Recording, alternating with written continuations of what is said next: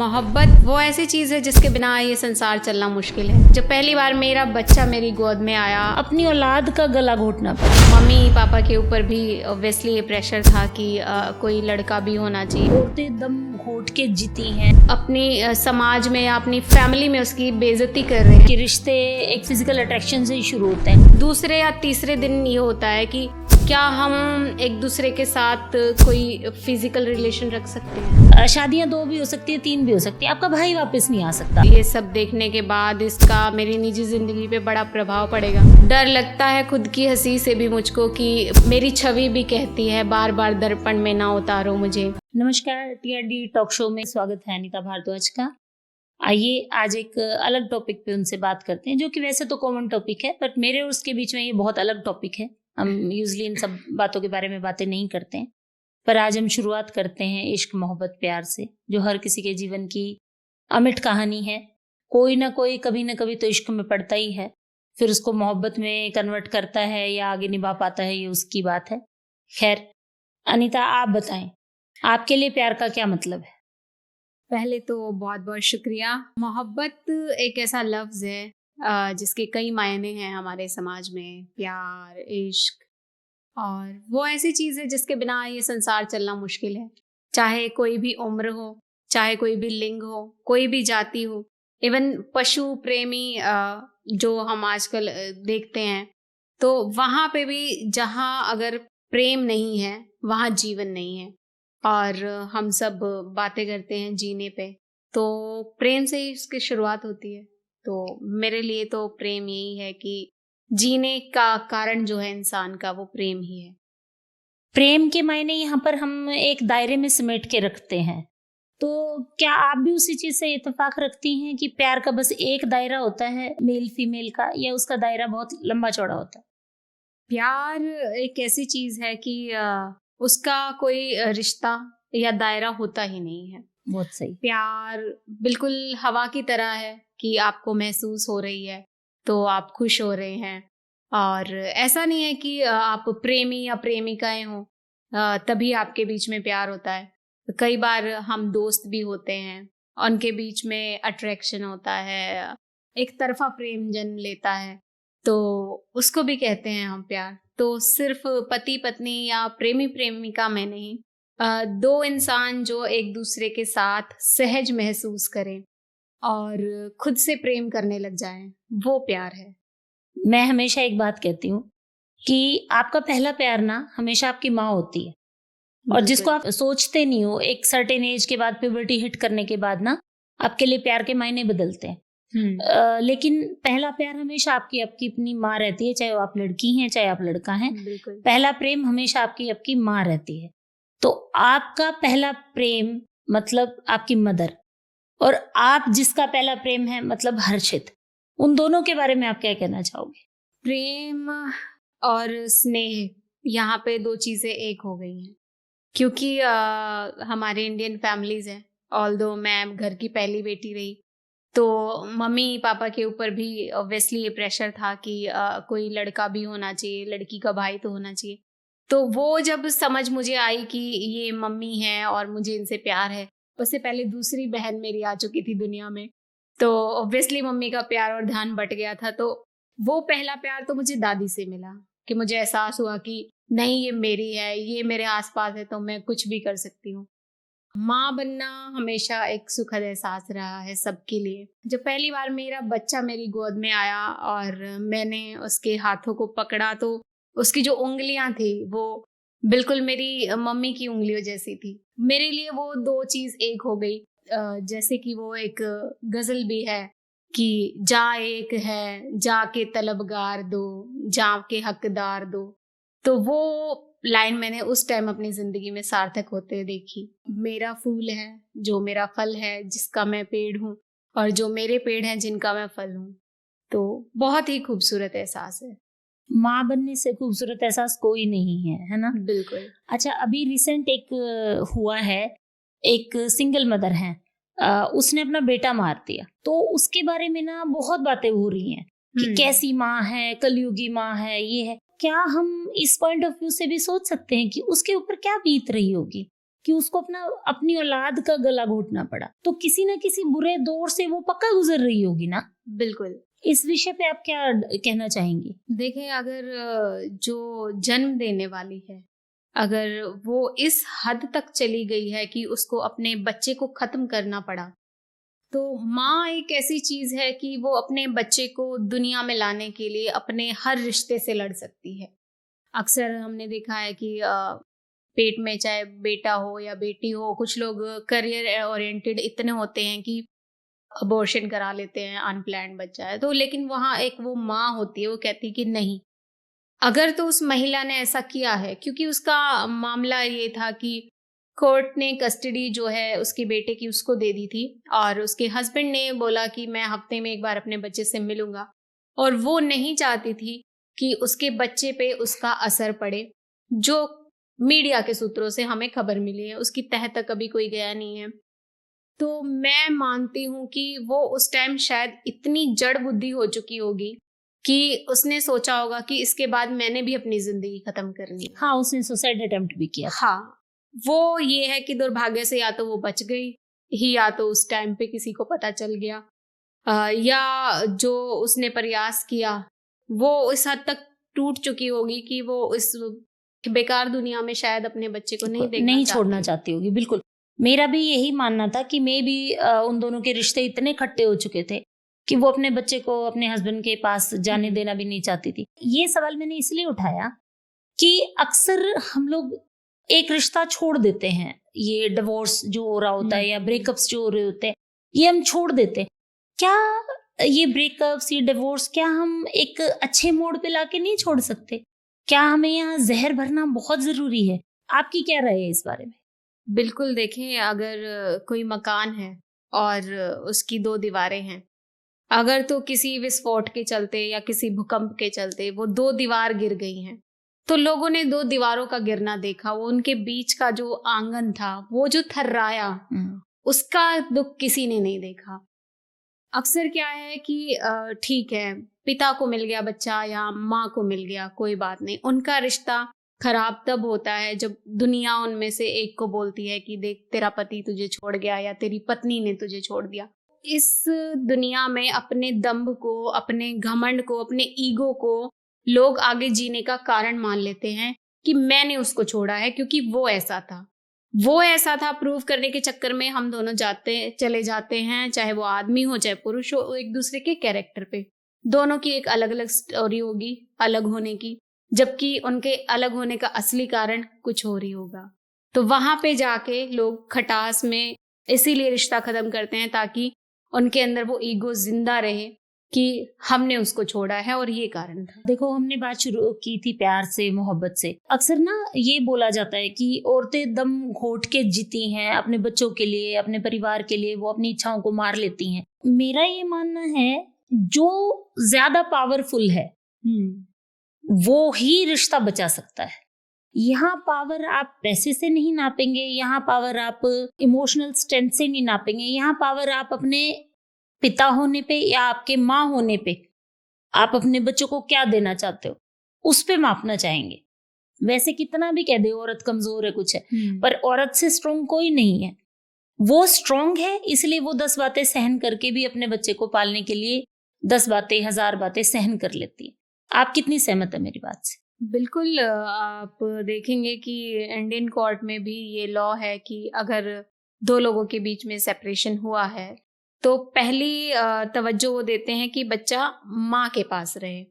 लेकिन आजकल सिर्फ इमोशनल ग्राउंड को आप नहीं देख सकते, बच्चे को जो स्टेबिलिटी प्रदान कर सकता है, अगर उस टाइम पे फादर अच्छी पोजीशन में है फाइनेंशियली, उसके पास अपना शेल्टर है, वो बच्चे को फूड सिक्योरिटी प्रोवाइड कर सकता है, उसका जो मेंटल हेल्थ है वो उससे बेटर है उसकी मदर से, तो कोर्ट जो है कस्टडी वो फादर को देता है। तो इस मामले में भी बच्चा जब अलग होता है तो वो समझ ही नहीं पाता है कि माँ के पास रहना है कि पिता के पास रहना है। यहाँ 2 लोगों के बीच की समझदारी ये है कि बजाय इस चीज के कि इस बच्चे को हमने जब ये 18 साल का हो जाएगा तो एक हथियार बना के समाज को दिखाना है कि देखो जो अपना बच्चा भी छोड़ गए, वो कैसे किसी के साथ कमिटेड रहेंगे।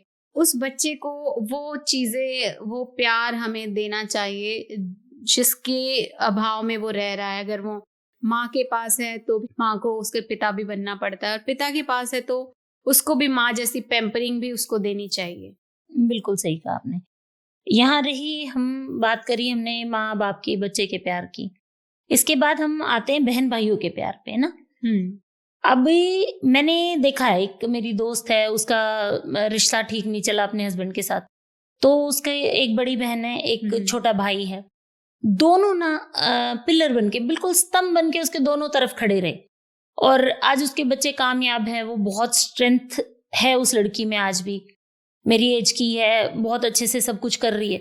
ये एक पॉजिटिव इम्पैक्ट था कि बहन भाई आपका स्तंभ बन के खड़े हो गए।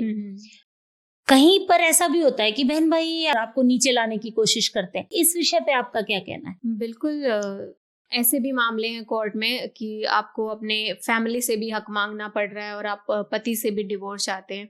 वहाँ पे वो ओरिएंटेड हो जाते हैं अपने गोल्स को लेके या अपने करियर को लेके, या उनकी पहले मैरिज हो चुकी है तो उनके लाइफ पार्टनर उनको मजबूर करते हैं कि क्यों इसको भी जिम्मेदारी हम उठाए या क्यों इसको भी बंटवारा मिले। तो वो चीजें जो फैमिली या परिवारवाद जो खत्म हो गया है, उसकी वजह से ये सब चीजें हो रही हैं। इन्हीं बातों से मुझे याद आया नीता, अभी हिंदू लॉ में बेटी को भी बराबर का हक देने की बात कही गई है। तो ज्यादातर अपने परिवारों में, मैं हरियाणा के साइड की बात कर रही हूँ, हमारे परिवारों में होता है कि बेटी की शादी की, विदा की, उसके भात भरे जाएंगे, उसके यहाँ छूछक जाएगा या पी लिया जाएगा, वो सब भाई करता है। लेकिन आज जब अगर बराबर की प्रॉपर्टी बहन ले रही है तो क्या तुम्हें नहीं लगता वो सब चीजें खत्म हो जाएंगी? जो वो एक भाई बिल्कुल स्तंभ की तरह उसके साथ खड़ा है, अगर वो हक मांगने के लिए खड़ी हो गई है तो भाई क्या पीछे नहीं हटेगा? बिल्कुल। अब देखो, इसमें दो तरह की चीजें हैं। मान लो मेरे पिताजी किसान हैं या वो छोटे जमींदार रहे हैं, उन्होंने अपने बच्चों की शादियों के लिए लोन लिया, सब लिया, अभी उनका लोन उतरा ही था, भाई बड़ा हुआ ही था कि बहन के पति ने या इस लॉ ने उनको हक दिया कि वो भी प्रॉपर्टी में हिस्सा लेंगी। तो वो बंदा जो आपके साथ साथ पढ़ा है, सब है, वो आप हिस्सा मांगने आ गए हो, तो भाई के हिस्से जो जिम्मेदारी आई है माँ बाप की, या तो आप वो भी लो, क्योंकि कोर्ट ने वो भी कहा है कि अगर आप प्रॉपर्टी में हिस्सा लेंगी तो जो आपका पति है यानी कि जो जवाई है, उसको भी लड़की के माँ बाप की उतनी ही जिम्मेदारी उठानी पड़ेगी जितना भाई उठा रहा है। अगर तो लड़की वहां पीछे हट गई, ऑब्वियसली उसके रिश्ते माँ बाप से ही जब खराब हो गए तो भाई क्यों निभाएगा? एक भाई जो पहले ही दुखी है अपनी किस्तें दे दे के, जिसने अभी घर बचाया था या घर अपना किया था, और बहन आके सब ये कर गई, तो ऑब्वियसली वो दूर होना ही है।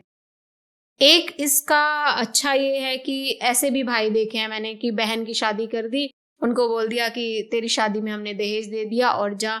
वहां से पता चला कि बहन रोज मारपीट कर रहे हैं उसके साथ, उसके पास कोई शेल्टर भी नहीं है, तो वहां भाई को आगे खड़ा होना चाहिए ताकि वो रिश्ते बचे रहें। हरियाणा में एक कहावत है भाई के ऊपर, विडो जो बोलते हैं, हरियाणा में रांड बोलते हैं उस वर्ड को, तो बोलते हैं कि विधवा उसको जानना जिसका मर जाए भाई। ये शब्द कहे जाते हैं, बहुत लार्जर स्केल पे चीजें कही जाती हैं। तो ये आज के जमाने में कितनी सार्थक है, क्योंकि देखो शादियां 2 भी हो सकती है, 3 भी हो सकती है, आपका भाई वापस नहीं आ सकता अगर आज वो आपकी लाइफ से चला गया। जो जिंदगी से चला गया उसकी तो मैं बात ही नहीं कर रही, पर अपनी कड़वाहट की वजह से अगर अपने आपके भाई को आपने दूर कर दिया या आपका भाई आपसे दूर हो गया, मैं यहाँ एक की गलती नहीं मान रही, दोनों में से किसी की भी हो सकती है, वो कितनी डिफिकल्ट सिचुएशन होती है एक बहन के लिए। बिल्कुल। मेरी जिंदगी का बहुत सा हिस्सा मैंने ऐसा भी गुजारा कि मेरा कुछ संपर्क नहीं रहा था अपनों से, किसी भी कारण से, उसको खैर मैं उसमें डेप्थ में नहीं जाऊंगी। तो भाई जब आता है ना, तो मतलब आपके पूरे ससुराल की हवाएं भी जो है वो मुंह सिकोड़ के बैठ जाती है कि अगर जैसे कि भाई से हम कई साल में मिले और गलती से भी हमारे आंसू निकल गए, तो भाई पानी पीने से पहले उन सबको देखेगा कि किसकी वजह से ये आंसू आए हैं। तो भाई तो वो चीज है कि मैं कहूंगी, मैं उसको छत का दर्जा दे रही हूँ। बिल्कुल, कि आप भूखे प्यासे रह सकते हो, सब कुछ रह सकते हो, लेकिन वो आपके सर की छत है। तो भाई तो ऐसी चीज है कि जिसका जाना सच में, अब जैसे आपने बात करी विधवा की, उसमें तो सिर्फ इतना है कि आपका साथी चला गया, साथी दूसरा भी आ सकता है, लेकिन भाई दूसरा नहीं आ सकता। बिल्कुल, ये जो पुरानी कहावतें हैं, जो बातें कही गई हैं, बहुत हद तक सही होती हैं। बिल्कुल। और आज की पीढ़ी ना एक ऐसे अंधे रिश्ते के पीछे भाग रही होती है जिसका पता भी नहीं है कि कितना लंबा चलेगा, कितना लंबा नहीं चलेगा। मैं तो खैर भगवान से यही दुआ करूंगी कि कोई जिस रिश्ते में उसको बहुत अच्छे से निभा दे, बट अपनों को छोड़ के आगे बढ़ना आसान चीज नहीं है और होनी भी नहीं चाहिए। अगर आप प्रेम विवाह कर रहे हो, आप अगर किसी रिश्ते में हो और आप प्रेम विवाह करना चाह रहे हो, तो मैं आपको यही सजेशन दूंगी कि आप अपने परिवार की सहमति, अपने सिबलिंग्स को अपने साथ लेके चलें, जो कि आपके लिए लंबे समय तक बहुत अच्छी चीज रहेगी। आप 50 के बाद एक बार अपने बहन भाइयों से हट के जीवन सोच सकते हैं, उससे पहले आपको उनकी पल पल पे जरूरत रहती है। भाई बहन वो चीज है कि दुनिया का कोई भी इंसान आपके कैरेक्टर पे, आपकी किसी भी चीज पे उंगली उठाए और आप उसके सामने माफी मांगते रहो, कुछ भी करते रहो, वो आपको दोबारा वो दर्जा नहीं दे सकते। लेकिन भाई बहन ऐसी चीज है कि वो एक वक्त में खड़े हो जाएंगे जबकि उनको पता भी होगा कि आप 10 जगह गलत हैं। तो भाई बहन का अच्छा होना सच में एक अच्छे कर्मों की निशानी है, क्योंकि वो ही सिर्फ वो होते हैं। कहते हैं ना कि हमारे हरियाणा में बड़ा अच्छा शब्द है, मेरी माँ के पेट का जना। तो माँ जाया, हाँ, माँ जाया। तो वो जो एक शब्द है माँ जाया, कि मेरी माँ के पेट से हम पनपे हैं, आपकी तकलीफ में वही रो सकता है जो आपका भाई बहन हो, अन्यथा किसी और को आपसे कोई लेना देना नहीं होता। बिल्कुल। प्रेम की अलग अलग स्टेजेस हैं, पहले माँ बाप से, फिर बहन भाई से, फिर पति से, और उसके बाद आ जाता है फिर वापस से वही चक्कर शुरू हो जाता है ना, कि आप छोटे थे और फिर अब आपकी गोद में कोई छोटा आ गया। तो वही जो हर्षित के लिए और आंटी के लिए मैंने बात कही, वही स्टेज पे फिर आ गए हम वापस।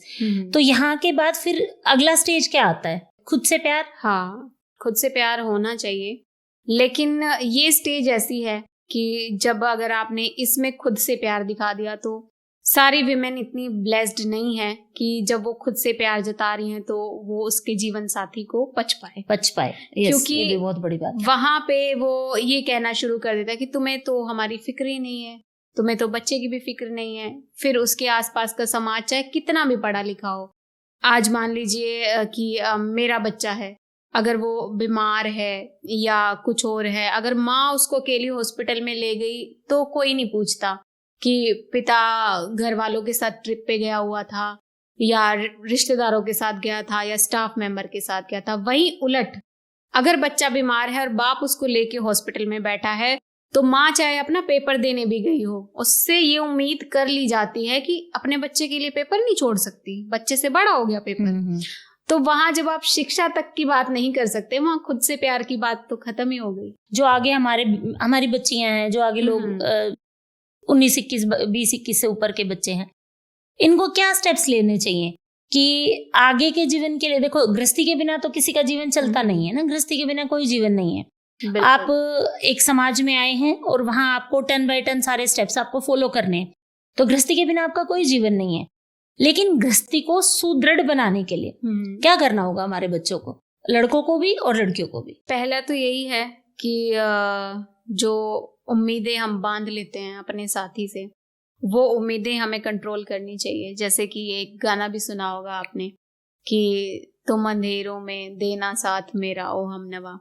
तो यहाँ लड़कियों को थोड़ा सा उलट सोचने की जरूरत है। तो वहां मैंने एक बार लिखा था कि तुम्हारे अंधेरों में तुम्हारा साथ दे या ना दे, पर जो तुम्हारी रोशनी को बर्दाश्त कर सके ऐसा साथी ढूंढना। तो अगर तो आपका साथी ऐसा है कि उसने समझा है कि आपके भी कुछ सपने हैं, उसके भी कुछ सपने हैं, हमें अपने दोनों ही बच्चों को, चाहे वो लड़का हो चाहे लड़की हो, उनकी परवरिश में शामिल करना होगा कि जितने लाड़ प्यार से तुम्हें पाला जा रहा है, उतने ही लाड़ प्यार से पला हुआ बच्चा इस घर में आएगा, तुम्हारे साथ आएगा। तो तुम्हें उसको भी एक दूसरे जेंडर की तरह उसको ट्रीट करना है। ये नहीं कि वो तुम्हारी पत्नी है तो उसका फर्ज है कि तो वो तुम्हारे लिए कुछ भी करे, या वो तुम्हारा पति है तो कुछ भी करे। यहाँ दोनों को एक दूसरे से अपेक्षाएं कम रखना हमें सिखाना होगा। और जो हक आजकल जताते हैं, पॉजेसिव हो जाते हैं हम रिलेशनशिप में, उसकी बजाय हमें उनको ये भी बताना होगा कि आपकी ड्यूटीज क्या हैं, तब शायद कोई रिश्ता अच्छा चल सकता है। बेसिकली यहाँ भी काम माँ के जिम्मे आ गया काफी हद तक ना कि माँ को सिखाना जरूरी है कि आपको कैसे आगे जीवन में बढ़ना है और किन लोगों को साथ लेके चलना है। और सबसे पहले मैं तो एक ही शिक्षा देना चाहूंगी, शिक्षा लिटरली मैं यही बोलती हूँ कि मैं एक शिक्षा देना चाहूंगी बच्चों को कि आप अपनी सराउंडिंग्स का ध्यान रखें, है ना। अगर आपका जो जीवन साथी होने वाला है, जिसको आपने अपने लिए पसंद किया, वो अपने से नीचे लोगों से कैसे बात करता है, नीचे का मतलब मैं जाति और इन सब पे नहीं जा रही, नीचे का मतलब जैसे अगर वो मैनेजर है तो वो अपने असिस्टेंट मैनेजर से या वहां पे उस ऑफिस में जो काम करता है उससे कैसे बात करता है, किसी रेस्टोरेंट में हम जा रहे हैं तो वहां वेटर को किस तरह से बुलाता है, आप हंसती हैं तो उसका कैसा रिएक्शन होता है। आप इन सब चीजों पे ध्यान देके अपने लिए एक साथी का चुनाव करना। यही मैं लड़कों को भी कहूंगी कि वो किसी से बात करने पे आपके ऊपर झड़प जाती है, ये तो कोई बात नहीं है। आप इतना विश्वास उसमें जगाओ ना कि वो उसको पता हो कि ये चाहे 10 जगह जाएगा बट ये बिल्कुल सच्चा बंदा है मेरे लिए, है ना। तो यही सब चीजें देख के आप रिश्ते में आएंगे तो आपका रिश्ता लंबा चलेगा और अच्छा चलेगा। अच्छा अनीता, अभी हमने देखो बहनों की, पिता की, भाई की, बेटे की, बेटी की, पति पत्नी के प्यार की सब बात कर ली। जहाँ टूटन हुई वहां पे भी हमने बात करी कि अगर कहीं टूटते हैं तो वहां पे बहन भाई साथ खड़े हो जाएं, माँ बाप साथ खड़े हो जाएं तो बहुत अच्छा रह जाता है। अब सिचुएशन ये आती है कि आप एक रिश्ते में हैं और आपकी नई निभरी है, आप घुट रहे हैं, दिन ब दिन आप वहां उस रिश्ते में घुट रहे हैं। उस टाइम अगर कोई तीसरा बंदा जो आपको कंधा दे, है ना, रिश्तों की शुरुआत हमेशा गलत तरीके से ही नहीं होती, जैसा कि नॉर्मली मान लिया गया है कि रिश्ते एक फिजिकल अट्रैक्शन से ही शुरू होते हैं। अक्सर यही होता है कि जब आप किसी से अपना दुख दर्द बांटने लग जाते हैं ना, वहां प्यार पनपने लग जाता है, धीरे धीरे से ही पर पनपता है। एक दोस्त की हैसियत से पनपेगा, फिर आप अलग रिश्ते में जाएंगे, वो आपके ऊपर डिपेंड है। तो शादीशुदा होते होते भी अगर इस तरह का कोई रिश्ता पनपने लगता है, उसके बारे में आपके क्या विचार है? जब दो लोग एक रिश्ते में हैं और वो रिश्ता बिना प्यार के चल रहा है, सिर्फ एक फोटो फ्रेम में आप साथ रहने के लिए खड़े हैं लोगों की नजर में, तो वहां जाहिर सी बात है कि वहां प्रेम तो रहा नहीं। आप अपने बच्चे के लिए साथ हैं या दुनिया को दिखाने के लिए साथ हैं। मोस्टली ऐसा होता है, बेशक पुरुष मना करें कि ये पुरुष प्रधान समाज है, इसमें पुरुषों के पास इतने रिसोर्सेज हैं कि औरत को कभी पता ही नहीं चलता कि उसका जो उसके हिस्से का समय है या इमोशन है वो कहाँ बट रहे हैं। और अगर ऐसे में किसी औरत की जिंदगी में किसी की दस्तक होती है, उसकी पूरी दुनिया हिल जाती है वहां पे, क्योंकि औरत ने वफा जो सीखी है अपनी माँ से या उसने अपने बच्चे में उसको ढालने की कोशिश की है, तो उसने उस वफा को हमेशा स्नेह का रूप दे दिया है। जब वो शादी में रहते हुए किसी पुरुष से अगर वो प्रेम में पड़ती है तो सबसे बड़ी बात वो उसका फिजिकल अट्रैक्शन नहीं होता, क्योंकि ऐसी औरतों को भी मैं जानती हूँ बहुत करीब से कि उन्होंने अपना मन हल्का करने के लिए कहीं कुछ लिखना कहना शुरू किया और वहां से उनको जवाब मिलना शुरू किया, तो उसको नहीं पता सामने फेक अकाउंट है क्या, चाहे वो उसके पति का ही हो। हाँ बिल्कुल, उसको उस इंसान से प्रेम हो जाता है क्योंकि उसकी जिंदगी में किस चीज की कमी है, उस व्यक्ति की जो उसे बैठ के सुन सके, जो ये धैर्य रखता हो कि अगर वो कुछ कह रही है या लिख रही है तो उसको ये जज ना कर रहा हो कि तुमने ये बात कही है तो इसका मतलब तो तुम्हारा किसी से कुछ है। उसको सफाई वो क्यों देगी जो खुद टूटी हुई है, वो आपको कहाँ से अपनी वफा के सबूत देगी। एक मैं ये भी यहाँ पे इंटरप्ट करना चाहूंगी तुमको कि नॉर्मली जो साइकोलॉजिस्ट हैं, जो हस्बैंड वाइफ रिलेशन की काउंसलिंग देते हैं, वो लोग अक्सर कहते हैं कि रिश्तों की टूटन ना बहुत हद तक वहां शुरुआत होती है जब आप सुनते नहीं है, है ना, जब आप उसकी भावनाएं नहीं सुनते हैं, उसको समझते नहीं है। तो अमूमन औरतें दिन के 20,000 शब्द बोलती हैं, आदमी 7,000 शब्द बोलते हैं, तो आदमियों को बहुत लगता है कि ये चकर चकर करती रहती है, बट आपको सुनना ही तो है। आप बोलते कम है पर सुन तो ज्यादा सकते हैं ना, अगर वो ज्यादा बोलती है। तो ये भी एक टिप है कि अपने रिश्ते में खूबसूरती लाने के लिए, अपने रिश्ते को बहुत प्यार से आगे बढ़ाने के लिए आप सुने।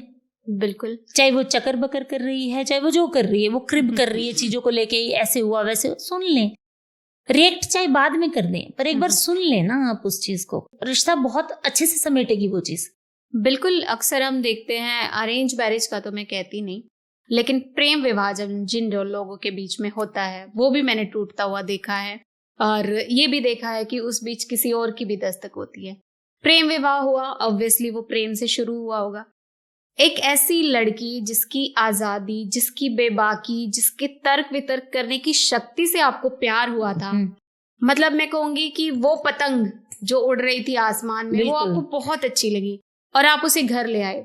तो पतंग कभी दीवार से सटी हुई अच्छी लगती है क्या? नहीं, वो धीरे धीरे मर जाती है। तो अगर आपने उस पतंग जैसी स्वच्छंद लड़की से शादी करी है तो वो सिर्फ आपसे प्रेम प्रसंग की बातें नहीं करेगी, वो तर्क वितर्क भी करेगी।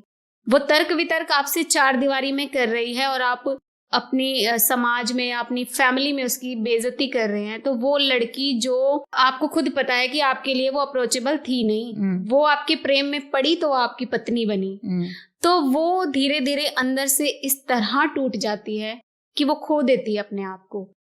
उसमें उस टाइम अगर उसके पास बच्चा है तो वो जो आपका दर्द है वो उसको कम करने के लिए अपना पूरी दुनिया आपने उस बच्चे में लगा देती है। और फिर मोस्टली पुरुष क्या कहते हैं कि बच्चे में लगी हुई थी और मुझे तो वक्त दिया नहीं, इसीलिए मेरे तो बाहर रिलेशन हो गए।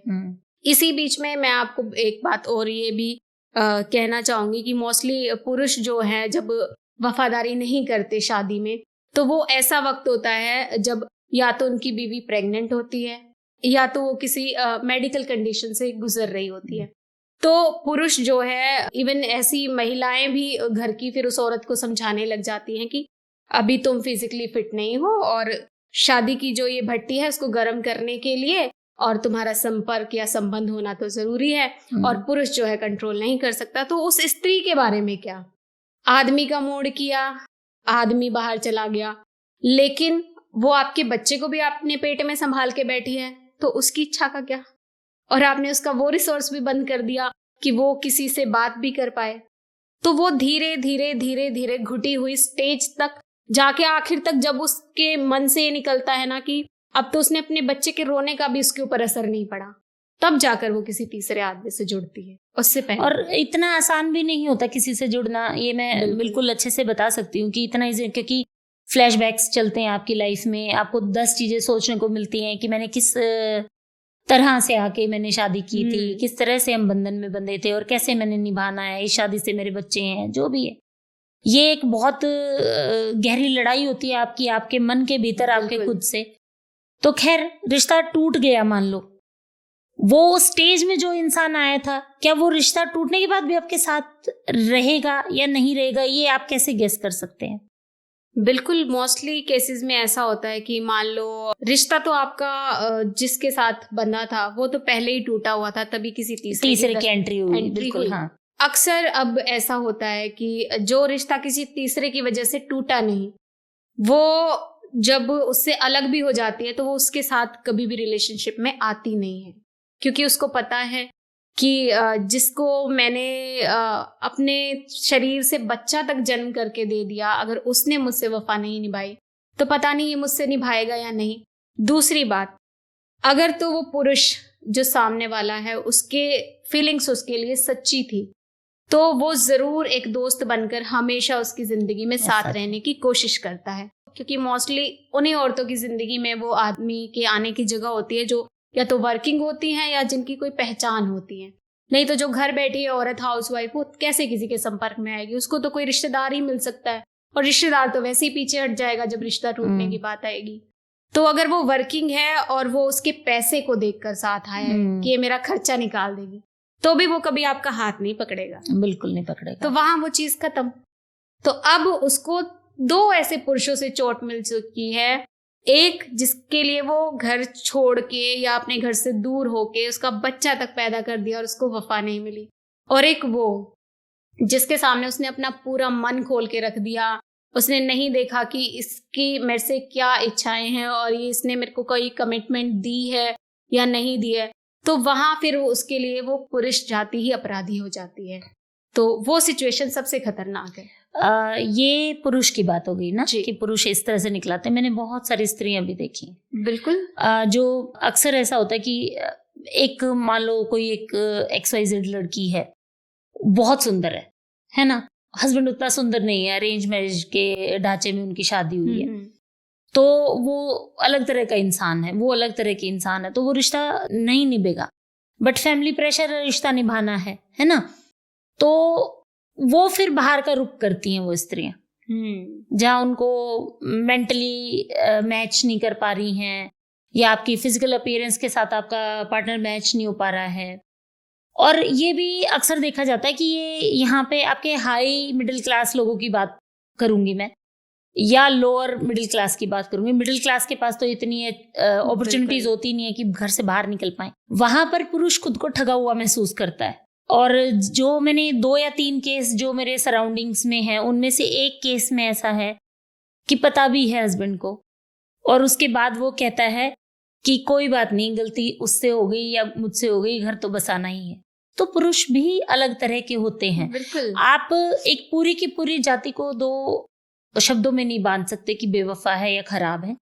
स्त्रियां भी होती हैं और पुरुष भी होते हैं। और देखो, एक सीधा सा सवाल है मेरा, पुरुष अकेला दीवार से तो खराब होगा नहीं ना, उसके लिए भी उसको आगे कोई स्त्री चाहिए होगी।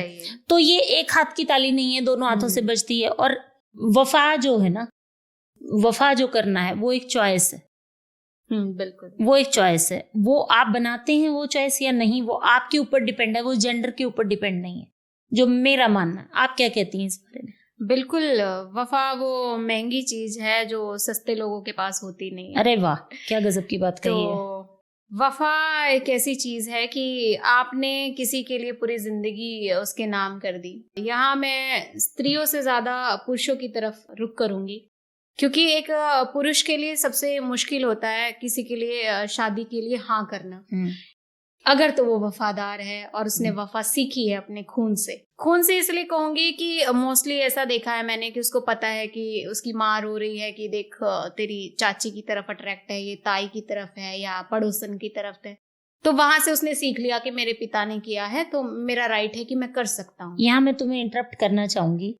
मैं ये मानती हूँ कि अगर आपने अपनी माँ को रोते हुए देखा है किसी चीज के लिए, तो आप वो सेम दर्द अपने पार्टनर को कैसे दे सकते हो? बिल्कुल, यही तो संसार का नियम है। क्यों कहते हैं क्योंकि सास भी कभी बहू थी। जो रोएगा उसका चक्र चल गया है कि उसका दुख तब कम होगा जब वो आगे जाके किसी को दुख देगा। मेरा ये मानना है कि अगर मैंने मेरी माँ को एक दुख सहते हुए देखा है, मैंने उस दुख में उस औरत को देखा है, तो वही दुख मैं किसी दूसरी औरत को नहीं देने दे सकती।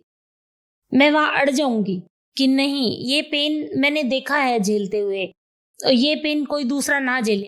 ये काम एक मजबूत आदमी या पुरुष ही कर सकता है या स्त्री कर सकती है कि जो मेरे साथ हुआ वो किसी और के साथ ना हो। लेकिन जो कमजोर इंसान होते हैं उनको उस चीज की भड़ास निकालनी ही है कि अगर मेरे साथ हुआ है तो मुझे आगे उसके साथ करना ही करना है। तो हर एक इंसान मजबूत नहीं होता।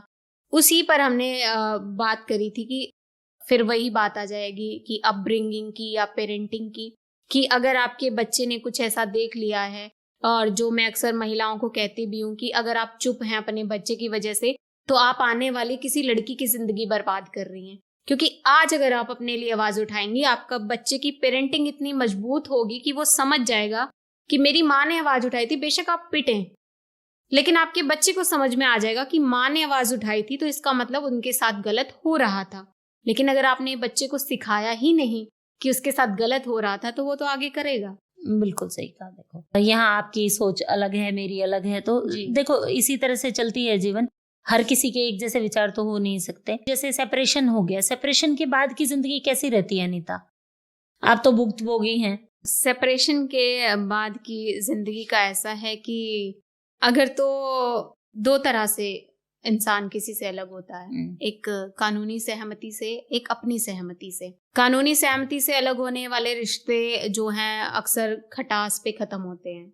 अपनी सहमति पे खत्म होने वाले रिश्ते जो हैं उनमें एक स्कोप कहीं ना कहीं बचा रहता है, चाहे दोनों में से किसी एक के जीवन में रहे कि चलो अभी हो सकता है कि हमारे फैमिली इश्यूज रहे, या फाइनेंशियली हम एक दूसरे से लड़ पड़े, या हम एक दूसरे को इमोशनली सपोर्ट नहीं कर पाए इसीलिए लड़ पड़े।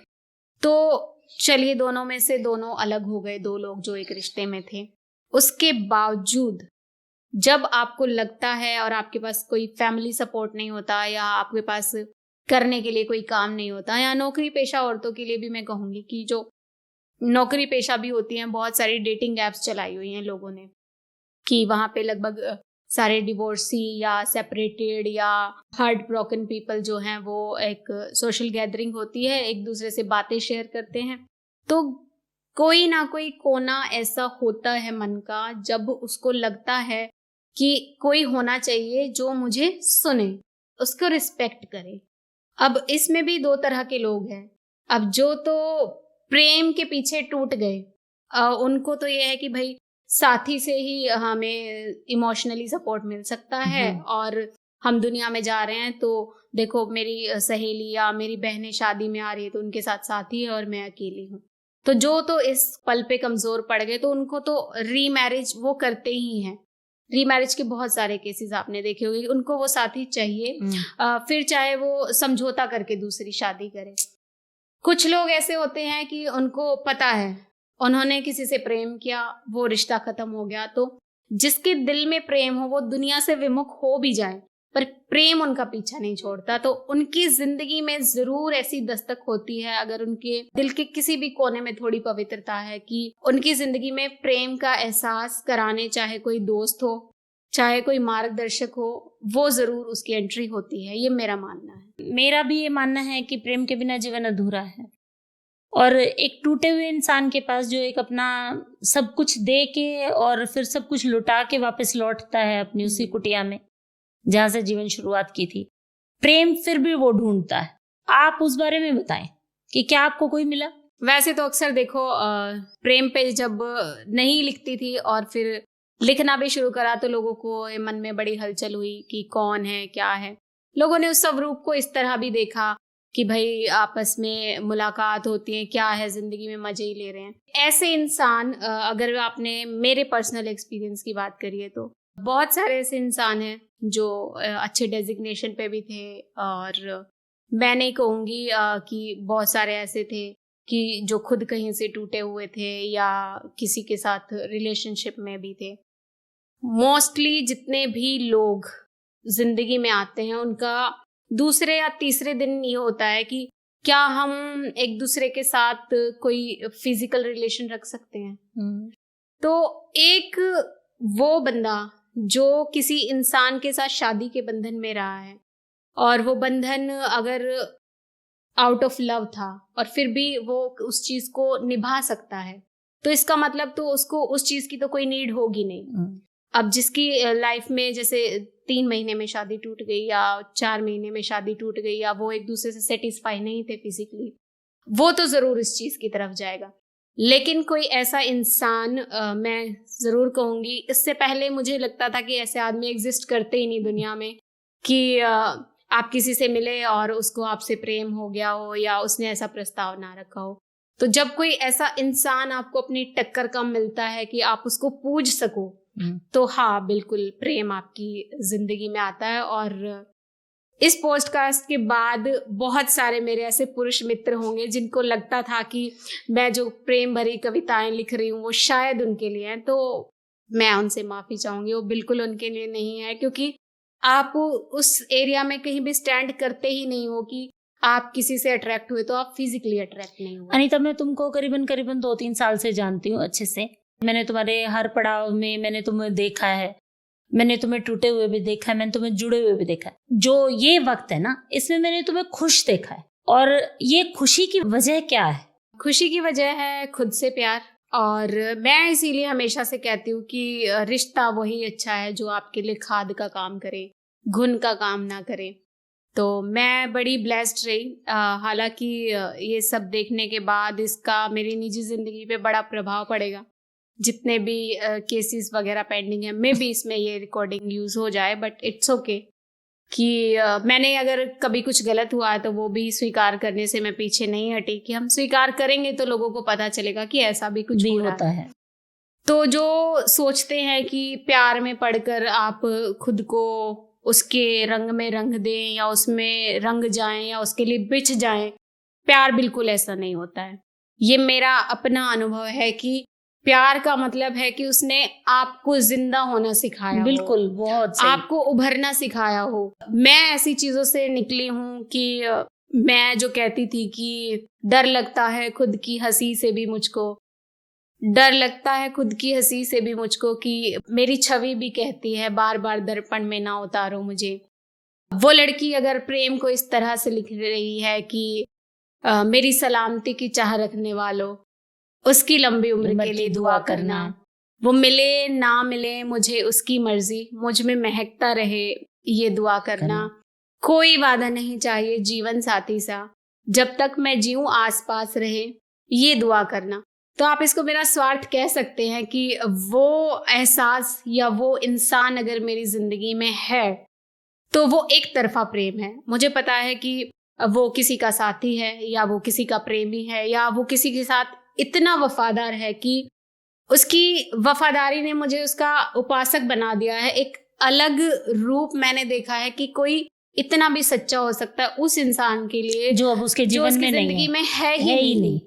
तो वो जो एक प्रेम का जो कहते ना स्वाद मैंने चखा कि खुद से मोहब्बत हो गई, कि जब भी उसका मैं जिक्र भी करूँ तो मैं भूल जाती हूँ कि मेरी कोई कोर्ट की डेट है या मुझे कोई टेंशन है। तो वो ही है सच में प्रेम। इसी नोट पे हम आज का पॉडकास्ट खत्म करते हैं कि कितनी खूबसूरत लगती हो तुम इश्क में। जब कांधे पे मेरे सर रख आंखें मूंद लेती हो, बच्चों जैसी हो जाती हो तुम इश्क में, जब छोटी छोटी जिद लगाती है। तो तुम अब इन लाइनों का मतलब अच्छे से समझ गई हो। तो जिए आप अपने प्यार को, मोहब्बत को, और खुश रहें, यही हमारी दुआ है। बहुत बहुत शुक्रिया।